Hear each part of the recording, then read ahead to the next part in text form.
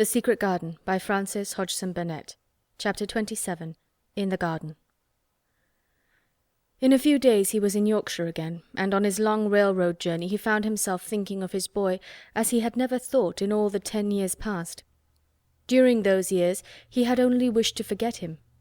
Now, though he did not intend to think about him, memories of him constantly drifted into his mind.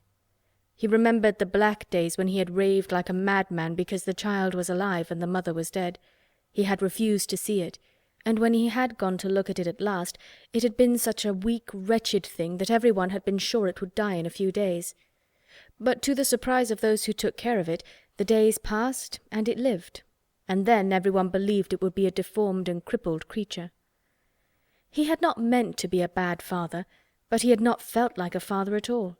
He had supplied doctors and nurses and luxuries, but he had shrunk from the mere thought of the boy, and had buried himself in his own misery. The first time after a year's absence he returned to Misselthwaite, and the small, miserable-looking thing languidly and indifferently lifted to his face the great grey eyes with black lashes round them, so like, and yet so horribly unlike, the happy eyes he had adored. He could not bear the sight of them, and turned away pale as death. After that he scarcely ever saw him except when he was asleep, and all he knew of him was that he was a confirmed invalid, with a vicious, hysterical, half-insane temper. He could only be kept from furies dangerous to himself by being given his own way in every detail. All this was not an uplifting thing to recall, but as the train whirled him through mountain passes and golden plains, the man who was coming alive began to think in a new way, and he thought long and steadily and deeply. "Perhaps I have been all wrong for 10 years," he said to himself. 10 years is a long time. It may be too late to do anything, quite too late. What have I been thinking of? Of course this was the wrong magic, to begin by saying too late. Even Colin could have told him that. But he knew nothing of magic, either black or white. This he had yet to learn. He wondered if Susan Sowerby had taken courage and written to him only because the motherly creature had realized that the boy was much worse, was fatally ill. If he had not been under the spell of the curious calmness which had taken possession of him, he would have been more wretched than ever. But the calm had brought a sort of courage and hope with it.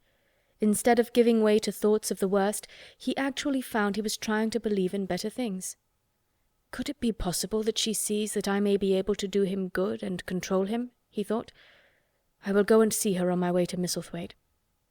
But when, on his way across the moor, he stopped the carriage at the cottage, 7 or 8 children who were playing about, gathered in a group, and bobbing 7 or 8 friendly and polite curtsies, told him that their mother had gone to the other side of the moor early in the morning to help a woman who had a new baby.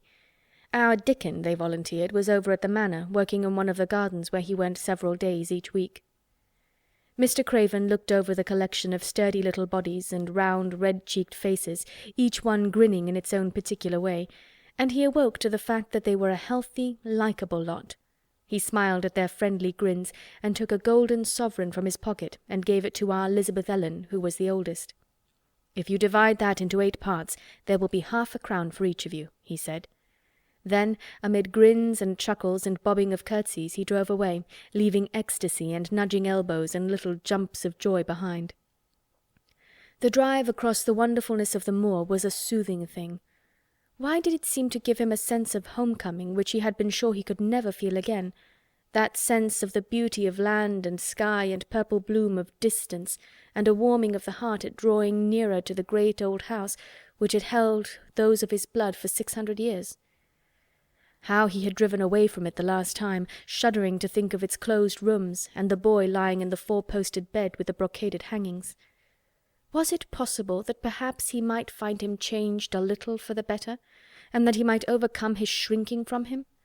How real that dream had been! How wonderful and clear the voice which called back to him, "In the garden! In the garden!" "I will try to find the key," he said. "I will try to open the door. I must, though I don't know why." When he arrived at the manor, the servants who received him with the usual ceremony noticed that he looked better, and that he did not go to the remote rooms where he usually lived attended by Pitcher. He went into the library and sent for Mrs. Medlock. She came to him somewhat excited and curious and flustered. "How is Master Colin, Medlock?" he inquired. "Well, sir," Mrs. Medlock answered, he's different, in a manner of speaking." "Worse?" he suggested. Mrs. Medlock really was flushed. "Well, you see, sir," she tried to explain, "neither Dr. Craven nor the nurse nor me can exactly make him out." "Why is that?" "To tell the truth, sir, Master Colin might be better and he might be changing for the worse. His appetite, sir, is past understanding, and his ways—" "Has he become more peculiar?" her master asked, knitting his brows anxiously. "That's it, sir. He's growing very peculiar, when you compare him with what he used to be. He used to eat nothing, and then suddenly he began to eat something enormous, and then he stopped again all at once, and the meals were sent back just as they used to be. You never knew, sir, perhaps, that out of doors he never would let himself be taken. The things we've gone through to get him to go out in his chair would leave a body trembling like a leaf. He'd throw himself into such a state that Dr. Craven said he couldn't be responsible for forcing him. Well, sir, just without warning, not long after one of his worst tantrums, he suddenly insisted on being taken out every day by Miss Mary and Susan Sowerby's boy Dickon that could push his chair.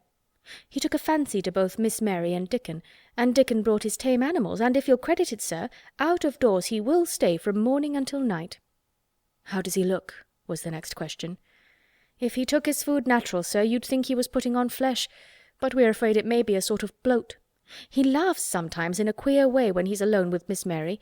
He never used to laugh at all. Dr. Craven is coming to see you at once, if you'll allow him. He never was as puzzled in his life." "Where is Master Colin now?" Mr. Craven asked. "In the garden, sir. He's always in the garden, though not a human creature is allowed to go near, for fear they'll look at him." Mr. Craven scarcely heard her last words. "In the garden," he said, and after he had sent Mrs. Medlock away, he stood and repeated it again and again. "In the garden." He had to make an effort to bring himself back to the place he was standing in, and when he felt he was on earth again, he turned and went out of the room. He took his way, as Mary had done, through the door in the shrubbery and among the laurels and the fountain beds. The fountain was playing now, and was encircled by beds of brilliant autumn flowers. He crossed the lawn and turned into the long walk by the ivied walls. He did not walk quickly, but slowly, and his eyes were on the path. He felt as if he were being drawn back to the place he had so long forsaken, and he did not know why. As he drew near to it, his step became still more slow. He knew where the door was, even though the ivy hung thick over it, but he did not know exactly where it lay, that buried key. So he stopped and stood still, looking about him, and almost the moment after he had paused, he started and listened, asking himself if he were walking in a dream. The ivy hung thick over the door, the key was buried under the shrubs, no human being had passed that portal for 10 lonely years, and yet inside the garden there were sounds. They were the sounds of running, scuffling feet, seeming to chase round and round under the trees. They were strange sounds of lowered, suppressed voices, exclamations, and smothered, joyous cries. It seemed actually like the laughter of young things, the uncontrollable laughter of children who were trying not to be heard, but who in a moment or so, as their excitement mounted, would burst forth. What in heaven's name was he dreaming of? What in heaven's name did he hear?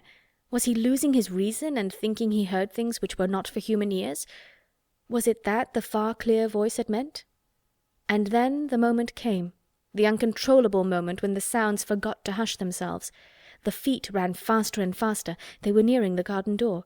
There was quick, strong, young breathing, and a wild outbreak of laughing shouts which could not be contained, and the door in the wall was flung wide open, the sheet of ivy swinging back, and a boy burst through it at full speed, and without seeing the outsider, dashed almost into his arms. Mr. Craven had extended them just in time to save him from falling as a result of his unseeing dash against him, and when he held him away to look at him in amazement at his being there, he truly gasped for breath. He was a tall boy, and a handsome one. He was glowing with life, and his running had sent splendid colour leaping to his face. He threw the thick hair back from his forehead and lifted a pair of strange grey eyes, eyes full of boyish laughter and rimmed with black lashes like a fringe. It was the eyes which made Mr. Craven gasp for breath. Who?" he stammered. This was not what Colin had expected. This was not what he had planned. He had never thought of such a meeting. And yet, to come dashing out, winning a race, perhaps it was even better. He drew himself up to his very tallest. Mary, who had been running with him and had dashed through the door too, believed that he managed to make himself look taller than he had ever looked before, inches taller. "Father," he said, "I'm Colin. You can't believe it. I scarcely can myself. I'm Colin." Like Mrs. Medlock, he did not understand what his father meant when he said hurriedly, "In the garden. In the garden." "Yes," hurried on Colin. "It was the garden that did it, and Mary and Dickon and the creatures, and the magic. No one knows. We kept it to tell you when you came. I'm well. I can beat Mary in a race. I'm going to be an athlete." He said it all so like a healthy boy, his face flushed, his words tumbling over each other in his eagerness, that Mr. Craven's soul shook with unbelieving joy. Colin put out his hand and laid it on his father's arm. "Aren't you glad, father?" he ended. "Aren't you glad? I'm going to live forever and ever and ever." Mr. Craven put his hands on both the boy's shoulders and held him still. He knew he dared not even try to speak for a moment. "Take me into the garden, my boy," he said at last, "and tell me all about it." And so they led him in. The place was a wilderness of autumn gold and purple and violet blue and flaming scarlet, and on every side were sheaves of late lilies standing together, lilies which were white or white and ruby. He remembered well, when the first of them had been planted, that just at this season of the year their late glories should reveal themselves. Late roses climbed and hung and clustered, and the sunshine, deepening the hue of the yellowing trees, made one feel that one stood in an embowered temple of gold. The newcomer stood silent, just as the children had done when they came into its greyness. He looked round and round. "I thought it would be dead," he said. "Mary thought so at first," said Colin, "but it came alive." Then they sat down under their tree, all but Colin, who wanted to stand while he told the story. It was the strangest thing he had ever heard, Archibald Craven thought, as it was poured forth in headlong boy fashion. Mystery and magic and wild creatures, the weird midnight meeting, the coming of the spring, the passion of insulted pride which had dragged the young Rajah to his feet to defy old Ben Weatherstaff to his face, the odd companionship, the play-acting, the great secret so carefully kept. The listener laughed until tears came into his eyes, and sometimes tears came into his eyes when he was not laughing. The athlete, the lecturer, the scientific discoverer was a laughable, lovable, healthy young human thing. "Now," he said at the end of the story, "it need not be a secret any more. I dare say it will frighten them nearly into fits when they see me, but I am never going to get into the chair again. I shall walk back with you, father, to the house." Ben Weatherstaff's duties rarely took him away from the gardens, but on this occasion he made an excuse to carry some vegetables to the kitchen, and being invited into the servants' hall by Mrs. Medlock to drink a glass of beer, he was on the spot, as he had hoped to be, when the most dramatic event Misselthwaite Manor had seen during the present generation actually took place. One of the windows looking upon the courtyard gave also a glimpse of the lawn. Mrs. Medlock, knowing Ben had come from the gardens, hoped that he might have caught sight of his master, and even by chance of his meeting with Master Colin. "Did you see either of them, Weatherstaff?" she asked. Ben took his beer-mug from his mouth and wiped his lips with the back of his hand. "Aye, that I did," he answered with a shrewdly significant air. "Both of them?" suggested Mrs. Medlock. "Both of 'em," returned Ben Weatherstaff. "Thank you kindly, ma'am. I could sup up another mug of it." "Together?" said Mrs. Medlock, hastily overfilling his beer-mug in her excitement. "Together, ma'am," and Ben gulped down half of his new mug at one gulp. "Where was Master Colin? How did he look? What did they say to each other?" "I didna hear that," said Ben, "along only being on the step-ladder looking over the wall. But I'll tell thee this, there's been things going on outside as you house people knows nowt about. And what thou'll find out soon." And it was not 2 minutes before he swallowed the last of his beer and waved his mug solemnly toward the window which took in through the shrubbery a piece of the lawn. "Look there," he said, "if thou's curious. Look what's coming across the grass." When Mrs. Medlock looked, she threw up her hands and gave a little shriek, and every man and woman servant within hearing bolted across the servants' hall and stood looking through the window with their eyes almost starting out of their heads. Across the lawn came the master of Misselthwaite, and he looked as many of them had never seen him, and by his side, with his head up in the air and his eyes full of laughter, walked as strongly and steadily as any boy in Yorkshire, Master Colin. End of chapter 27. End of The Secret Garden by Frances Hodgson Burnett.